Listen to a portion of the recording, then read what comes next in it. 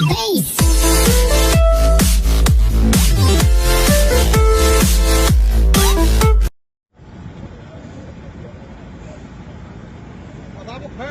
बढ़ो भारत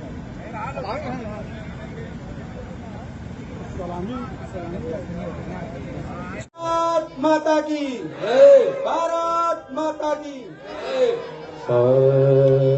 सहजानंद स्वामी जी महाराज के नाम से जो ट्रस्ट बनाया गया है, श्री सहजानंद जी हमारे क्षेत्रीय अध्यक्ष जी के द्वारा बढ़िया कार्यक्रम था, सफल कार्यक्रम था। उसकी डिटेल आपको ब्रीफिंग मिलेगी। उसके पश्चात ग्राम चौपाल का आयोजन किया गया। ग्राम चौपाल का आयोजन चूँकि मनरेगा की जगह अब विकसित भारत जी राम जी अधिनियम आ गया है, इसके माध्यम से गांव का सर्वांगीण विकास होगा। पीएम गति शक्ति से गांव के विकास का जो रोड मैप है वो जुड़ा रहेगा। श्रमिकों का रोजगार नहीं छीनने वाला है। मनरेगा के माध्यम से जो भी मैन पावर, चाहे आउटसोर्सिंग चाहे संविदा लगी हुई है, उनके किसी भी दायित्व में कोई कमी नहीं की गई, न की जाएगी। जो 90,000 करोड़ का बजट होता था, 1,51,000 का बजट होने वाला है। अर्थात जब विकसित भारत बनेगा उस समय विकसित ग्राम सभा भी बनेगी। इसी लक्ष्य को लेकर के माननीय प्रधानमंत्री श्री नरेंद्र मोदी जी के नेतृत्व में केंद्र सरकार ने मनरेगा रूपी दानों ने जो भ्रष्टाचार करके 11 लाख करोड़ खा गया था, अब वह 11 लाख करोड़ अगर खर्चा होगा तो गांव स्मार्ट सिटी की तरह स्मार्ट ग्राम सभा भी बन जाएगी, ऐसा पूरा विश्वास रखते हुए बाकी जो जनपद में विकास कार्य हैं उनको तेजी से आगे बढ़ाने के निर्देश दिए गए हैं। महिला सशक्तिकरण की दिशा में आवश्यक कदम जो भी उठाए गए हैं, अच्छे उठाए गए हैं, उसके लिए तो मैं साधुवाद देता हूं, लेकिन और अच्छा प्रयास किया जाए, ऐसा मैं आज की बैठक में यहाँ पे निर्देश भी दिया हूं। कानून व्यवस्था चुस्त और दुरुस्त, यह भारतीय जनता पार्टी सरकार की आदरणीय योगी जी के नेतृत्व में हमारी उपलब्धि है। और डबल इंजन सरकार, चूँकि हमारी डबल इंजन सरकार है, केंद्र में भी है, प्रदेश में भी है, और 2047 विकसित भारत का लक्ष्य है। और उत्तर प्रदेश में 2027 के विधानसभा चुनाव होने वाले हैं।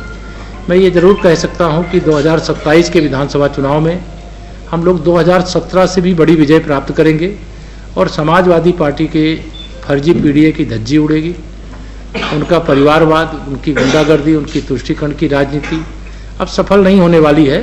और कांग्रेस तो उत्तर प्रदेश में कहीं उसका आता पता नहीं है, लेकिन लोकसभा चुनाव के बाद हरियाणा, महाराष्ट्र, दिल्ली प्रदेश और बिहार चुनाव जीतने के बाद मुझे कहने में कोई संकोच नहीं है कि समाजवादी पार्टी से जुड़े हुए जो लाल टोपी वाले और जालीदार टोपी वाले, ये दोनों गायब हैं आजकल। तो भाजपा का ग्राफ बढ़ रहा है, जनाधार बढ़ रहा है और बिना भेदभाव के सबका साथ सबका विकास किया जा रहा है। पश्चिम बंगाल में भी भारतीय जनता पार्टी चुनाव जीतने जा रही है। उन्होंने कहा कि जब सत्ता ने जब जुल्म करना शुरू किया तो उसे कलयुग आ जाता है, अधर्म पे। देखिए, श्री अखिलेश यादव जी बिहार चुनाव में पराजय के बाद बहुत बौखलाहट में हैं। उनको बिहार चुनाव के पहले लग रहा था कि बिहार में आरजेडी की सरकार आ जाएगी और उत्तर प्रदेश में समाजवादी पार्टी की सरकार आ जाएगी, लेकिन अब उनको भी पूरा विश्वास है कि 2047 तक न कांग्रेस आने वाली है, न सपा आने वाली है, न आरजेडी आने वाली है, और पश्चिम बंगाल में बची खुची टीएमसी और तमिलनाडु से डीएमके भी जाने वाला। सर, यूजीसी के लेकर सर सवर्ण समाज सर बहुत नाराज है, इसके बारे में क्या? कोई नाराज नहीं। भारतीय जनता पार्टी अगला वर्ग, पाठक ने कहा है कि अगला वर्ग भारतीय जनता पार्टी अगड़ी जाति, पिछड़ी जाति, अनुसूचित जाति की, जैसे गंगा यमुना सरस्वती की त्रिवेणी है, वैसे ये त्रिवेणी है। यहाँ पे सबका साथ सबका विकास, सबको सम्मान दिया जाता है। जो पीछे छूट गए हैं उनको आगे बढ़ाने के लिए जो जरूरी कदम होता है उठाया। Sir, deputy CM Brajesh Pathak ने कहा कि अगर सपा को मुसलमानों का वोट न मिलेगा तो वो प्रधानी भी नहीं जीत पाएंगे। ब्रजेश जी आएंगे तो उनसे पूछना आप किस लिए, किस परिपेक्ष में कहें, आप किस लिए सवाल कर रहे हैं। क्या पूज्य शंकराचार्य जी के चरणों में प्रणाम है, वो बढ़िया स्नान करें, उनसे प्रार्थना है और यह विषय का समापन करें, ऐसे आग्रह है।